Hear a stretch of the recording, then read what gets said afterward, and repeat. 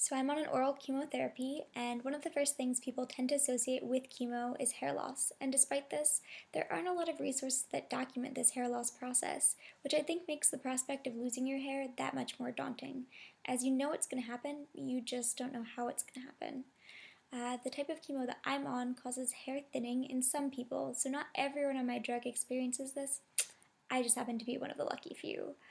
And this hair thinning is a bit different than the more radical hair loss experienced by people on traditional chemotherapies, but it's still a form of alopecia that's induced by chemo, and it's still really traumatic. So I thought I'd talk briefly about it and then share with you guys what it's like for me to brush my hair after having been on this chemo for about 5 months now, since I tend to lose most of my hair while brushing it.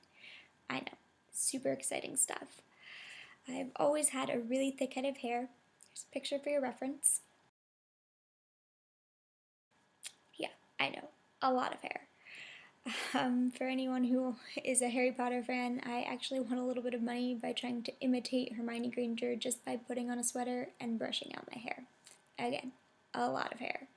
And I was really fortunate to start out with a thick head of hair because it's meant 5 months into this drug, I still have hair, and when I go out, I don't think anyone's looking at me thinking, that girl doesn't have much hair. She's probably on chemo. But that being said, just because it's not visible to the outside world, I've always had a thick head of hair, and so this substantial thinning is really noticeable to me and really traumatic. In the course of these 5 months, I've probably lost over half of my hair, and I actually have a visual for you guys. It's probably a little bit disgusting for me to be sharing this, but this is a bag of the hair I've lost since November, just from my brush, so this doesn't account for what I've lost in the shower or while sleeping, or beyond my scalp. I think we tend to focus on losing hair from your scalp, but I mean, I've had thinning in my eyebrows and my eyelashes, my arm hair. Pretty much wherever you have hair, you can lose it. So I've lost a lot of hair. And doctors tend to downplay this particular side effect because you can still live and do what you need to do without hair. Especially if you're on a hair thinning drug, they all tell you, don't worry, you're still going to have some hair, it's just going to be less. But I've lost this much hair in 5 months, and it doesn't show any sign of letting up anytime soon, so it is really concerning, and it's probably been one of the hardest side effects to deal with on this drug, which is why I think I wanted to share with you guys a bit of my hair thinning process.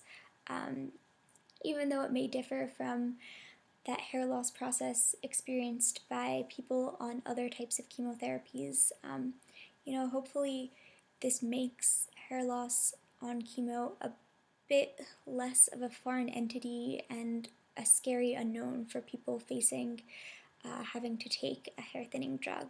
So I'm going to rewind a bit to when I just got out of the shower today.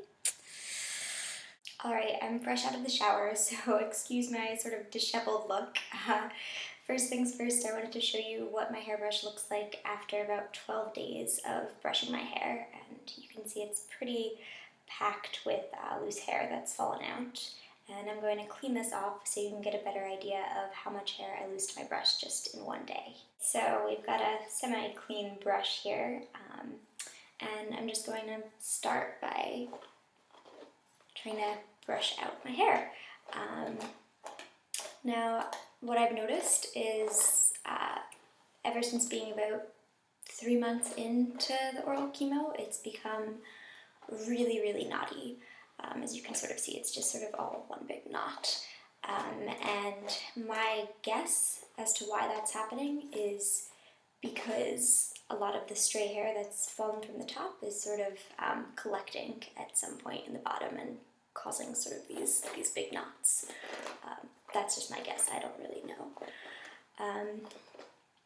And what you're going to see happens is these big knots form. And instead of being able to just sort of keep brushing through them, I have to eventually brush them out, essentially. I can sort of see, this isn't a very good example of one, but this is like a little tiny sort of example. You can see like this big sort of clump down here. So what's going to happen is that's eventually just going to break off. That's not going to become untangled. So all this hair down here will just come out. So I just focus on that bit.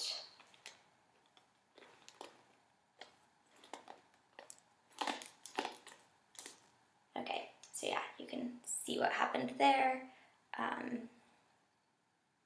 That knot was what we just saw, and then all of the hair below it has come off. This is a pretty small one, but this is sort of what happens throughout the process. It's how I've lost a lot of hair. As I brush as well, I mean, just stray hairs as well fall out. I find brushing my hair it doesn't matter how much conditioner I use these days, it takes much longer just because I can't get the knots out.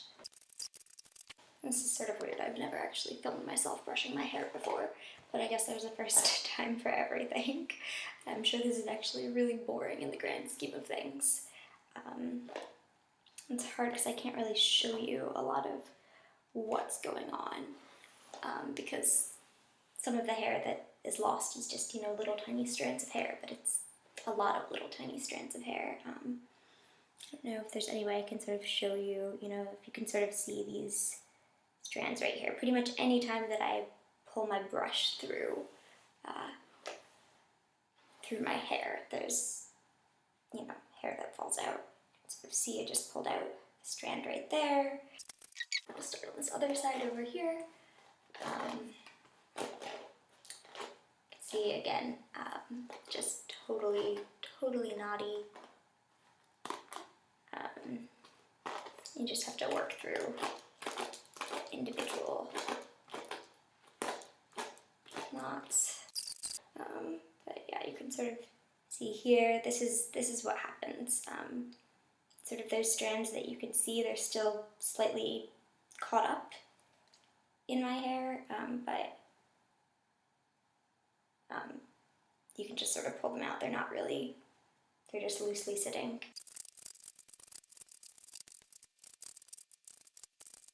Yeah, so some days I get really frustrated with my hair, and you know, when I'm sort of just getting depressed about how all my hair is falling out, then I'll usually just sort of start hacking away at my knots, just because, you know, it's like, well, if it's going to fall out anyway, why try and be ginger about it now?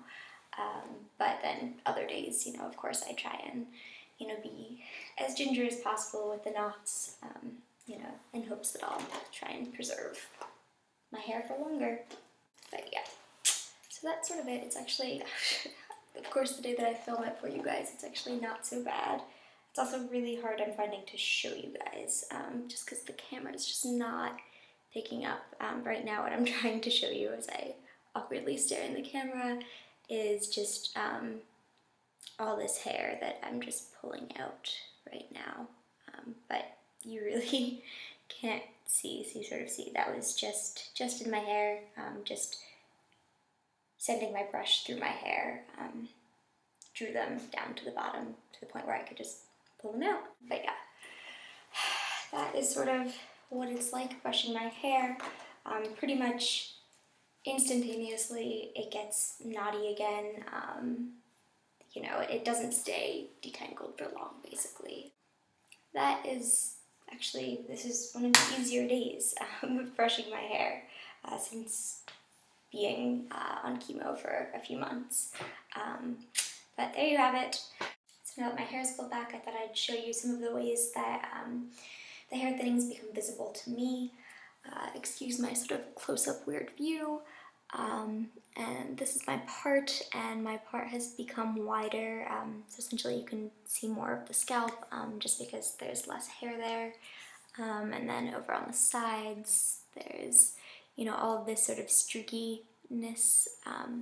It used to be sort of just opaque brown hair covering it, but it's thinned out. Same over here, and I actually used to think that I was getting highlights, just, you know, natural highlights for forming, and then I realized, no, the reason my hair looked lighter was because you could see my scalp. And that's sort of the case right here, as you can see this little streak right here that looks lighter. It's not a highlight, it's my scalp. Um, and then also just overall my hair has developed some more flyaways. I think just as some of that hair has just broken off midway through, and also potentially from just some small regrowth here and there is my guess as to why that's happening. And then my ponytail has become just sort of a ball of frizz. It used to be composed of individual curls, but I think it's lost some of its definition as it's lost volume. And this is what my brush looks like after just one day of brushing my hair. It's sort of hard to see, but maybe from the side view you sort of get a better idea. And I know it doesn't really look like much, but I assure you that this is substantially more hair than I would have lost in one day before starting chemo. And also this is really only a fraction of the hair that I lose. I lose some in the shower when I wash my hair, after brushing my hair. In addition to what's on the brush, I have strands of hair that are just sort of covering my back and my shoulders and everything. When I put on a jacket or clothes, hair is always, littering the back of it. I lose some when I sleep, and then again the most visible way that I lose hair, which I tried to show you while I was brushing my hair, is when those knots form, and pretty much all the hair that's beneath those knots is coming out. And as you can see, this is what was presumably just a healthy strand of hair. I have curly hair, so it was just a curl, and you couldn't salvage it. Whatever is below the knot is lost. And usually what ends up happening is as I'm brushing it, the knot is sort of at the end of my hair, and my hair looks longer than it is because that hair is no longer attached to my head. So yeah. Alright, that is what it's like brushing your hair for a day on a chemo that causes hair thinning. And I will talk to you later when my hair is hopefully more tame. Bye.